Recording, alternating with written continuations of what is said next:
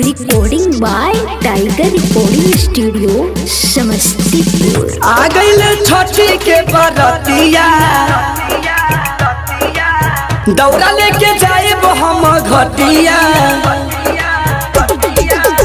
आ गईले छठी के बरतिया, दौरा लेके जाएब हम घटिया। करब छठी के बरतिया ए बालम, करब छठी के बरतिया ए बालम।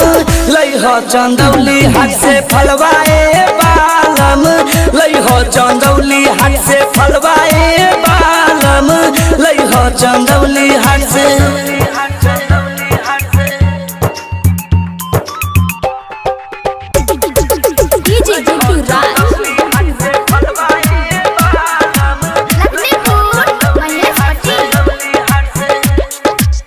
जोरे जोरे सुपा वाले आइब ताजपुर से, जोरे जोरे लारी ले आइब सासनपुर से।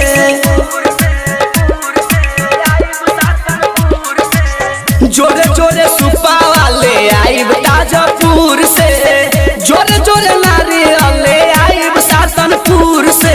भोरे भोरे उगेला, भोरे भोरे उगेला गोसैया ए बालम। लइह चंदौली हाथ से फलवा ए बालम, लइह तू मोरवा से तू फलवा ए बालम, लइह तू मोरवा से।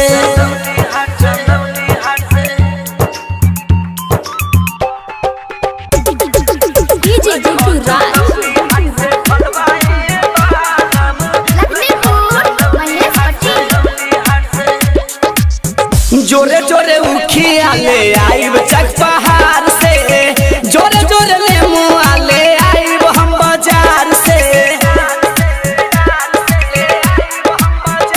ए हो जोरे जोरे उखिया ले आइब चक पहाड़ से, जोरे जोरे लेमू ले आइब हम बाजार से। मांगब हम छठी माई से, मांगब हम छठी माई से बलकाए बालम। लइह चंदौली हाथ से फलवा ए बालम, लइह चंदौली हाथ से फलवा ए बालम, लइह तू मोरवा से।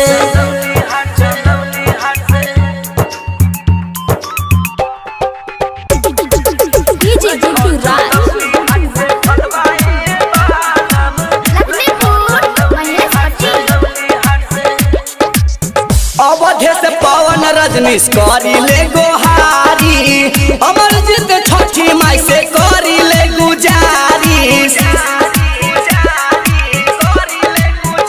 ए हो अवधे से पवन रजनीश करी ले गोहारी, विवेक डीजे साउंड करी ले गुजारिश।